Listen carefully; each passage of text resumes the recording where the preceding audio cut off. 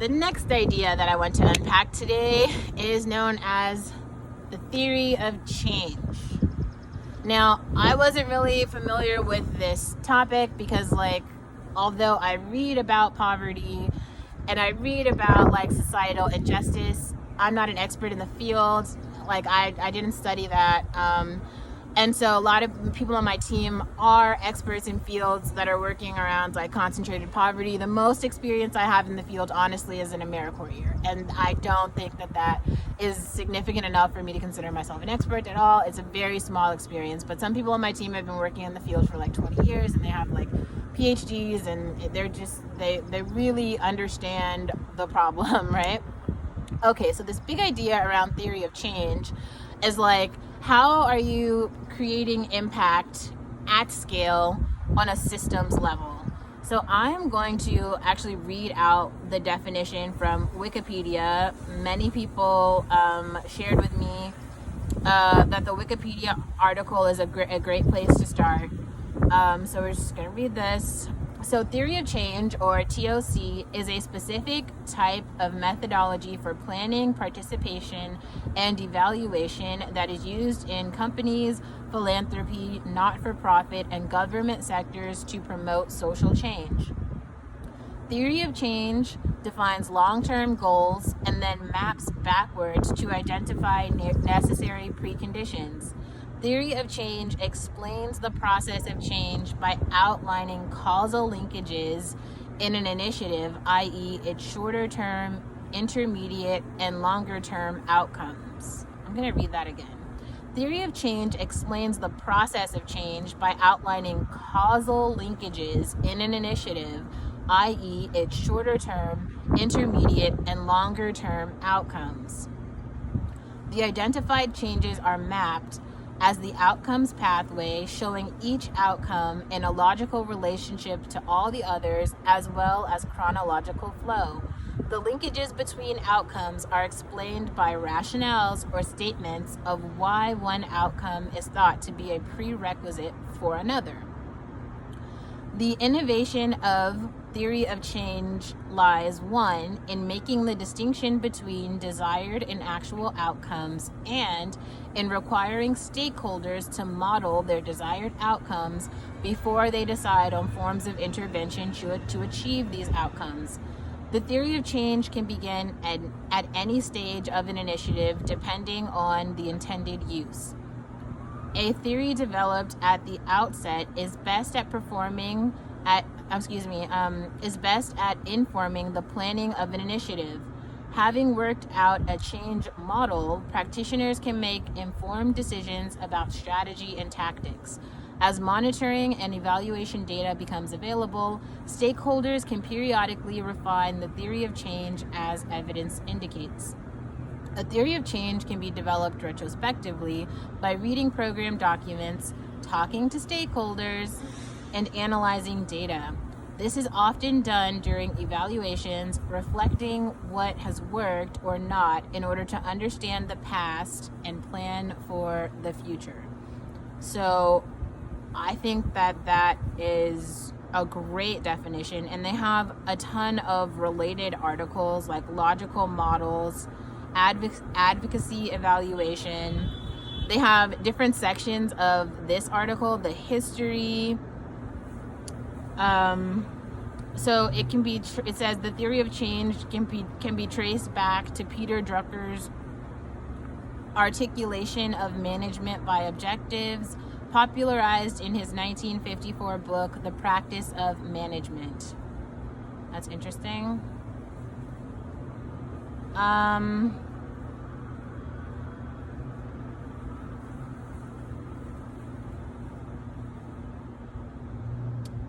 This entire section is kind of interesting. I'm gonna read this and then I'll end this recording because I just wanted to do a short read along. But this is interesting. So management by objectives requires identifying higher order goals and lower order objectives, which, if achieved, are expected to result in the goals being achieved. Theory of change extends beyond goals, commonly named outcomes in theory of change terminology, and objectives to include impact, the anticipated results of achieving stated goals.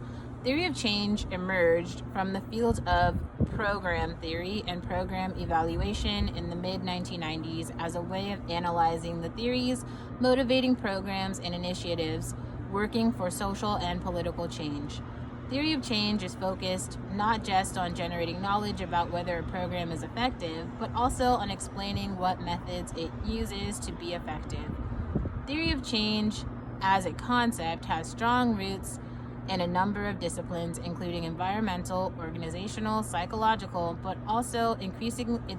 it has also been increasingly connected to sociology and political science.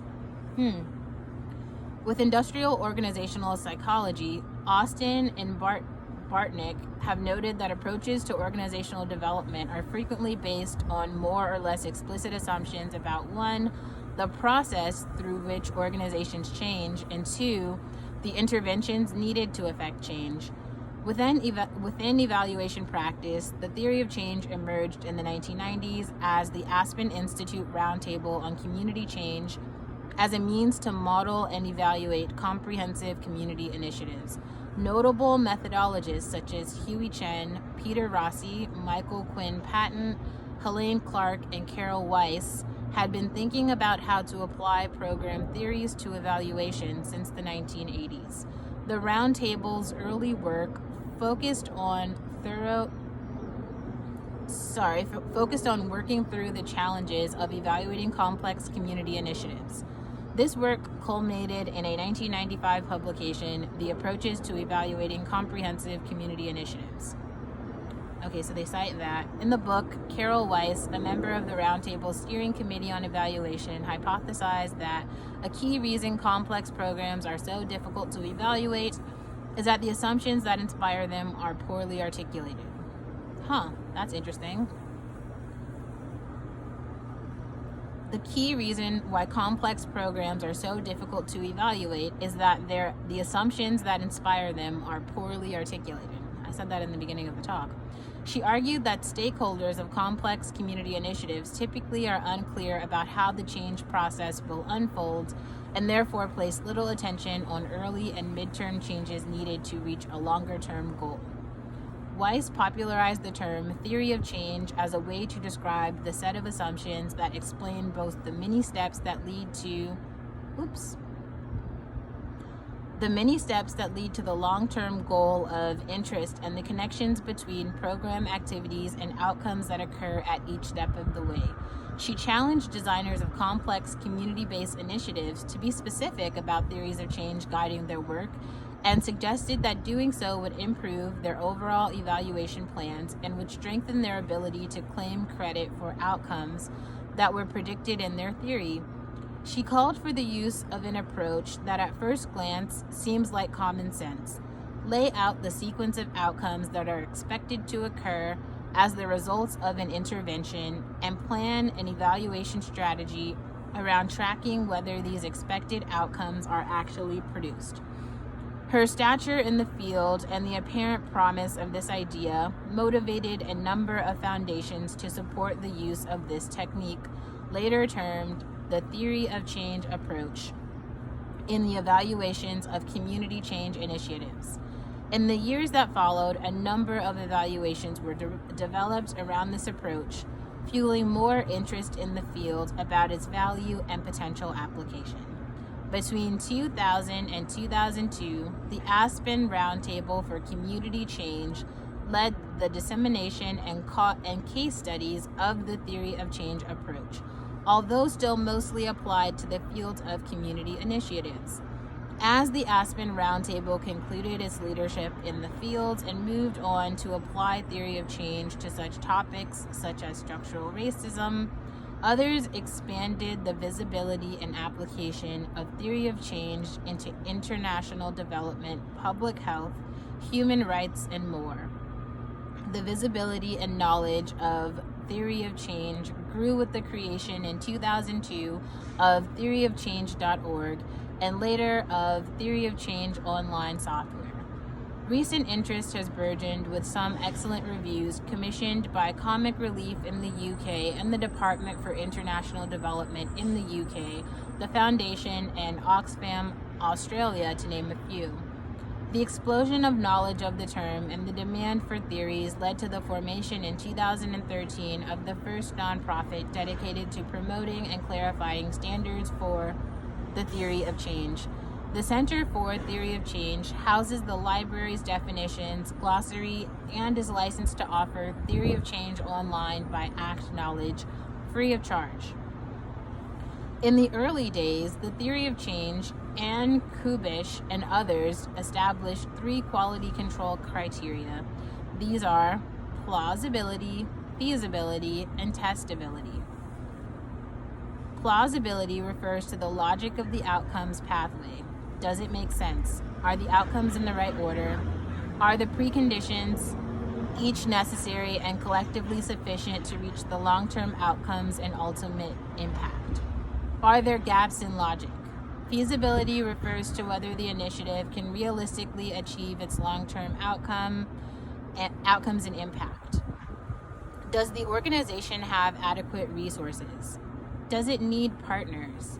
Does the scope, expectations, or timeline of the theory need adjustment? Testability refers chiefly to the indicators.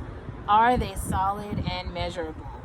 Will they yield sufficient information to evaluate the success of the initiative? Will they be convincing to necessary audiences? In addition to these 3 basic quality control criteria, ACT Knowledge has added another key criterion: appropriate scope. An actionable theory that can be communicated to the key audiences and is dependent in part upon choosing the right scope, broad enough to have no gaps in the model, yet focused enough on opportunities and resources at hand. Appropriate scope also integrates the evaluation concept of accountability. Many theory of change outcome pathways include an accountability ceiling, often a dashed line across the pathway that separates outcomes the organization will monitor, and claim credit for attaining from higher order outcomes that are beyond its power to achieve. It's very interesting. This is kind of like one of my first times sort of sitting with this concept, though plausibility, feasibility, and testability are definitely concepts that do make sense to me, that I have applied in my work and sort of like my logic flow, workflow.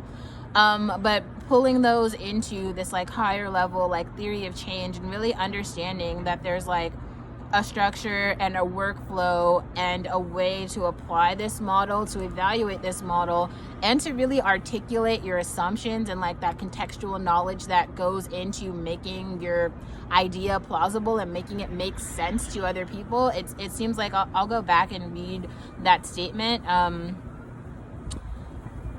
What did it say? A key reason complex problems are so difficult to evaluate is that the assumptions that inspire them are poorly articulated. Yes. That.